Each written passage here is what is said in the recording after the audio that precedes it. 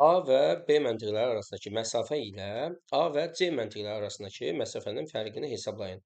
Və nəzərə alın ki, 10 dərəcəlik paralelin 1 dərəcə qövsünün uzunluğu 109,6 kilometrdir.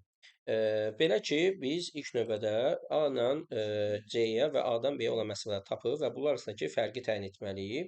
İlk növbədə bildirək ki, A və C üzərində məntəqə, məsafə meridian üzərində olduğu üçün orada hər bir dərəcə qövsün uzunluğu 111 kilometrdir bildiyimiz kimi. Deməli, biz A-dan B-yə olan məsafəni təyin etmək istəsək, A-dan B-yə gördüyümüz kimi bir 30 dərəcə məsafə var. A 10 dərəcə şimal enliyi, C 20 dərəcə cənub enliyində yerləşdiyindən biz aradakı məsafə totalını toplayıb bunu 111-ə vurmalıyıq. Belə ki, demək 10 dərəcə üstə gələk 20 və biz bunu yekun olaraq vurmalıyıq. Demək 111-ə.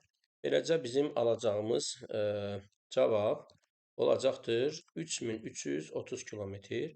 Digərində isə gördüyümüz kimi A-dan B-yə qədər olan məsafədən deyir. A 160 şərq, B isə 170 qərbdə yerləşir. Biri qərb, biri şərq olduğu üçün bildim ki, və bunlar arasında ən qısa məsafəni biz 180 dərəcəli meridian tərəfdən baxsaq, aralarındakı məsafə buradan 180-ə qədər 20 dərəcə və 180-dən B-yə qədərsə 10 dərəcə məsafəmiz var. Demək ki, buradakı olan məsafə də 30 dərəcə eləyəcəkdir. Demək ki, bunlar arasındakı 30 dərəcə məsafəni isə biz vurmalıyıq. 80 demək bizə verildiyi kimi 109,6 kilometrə və buradan alacağımız məsafə 3288 kilometr olacaq.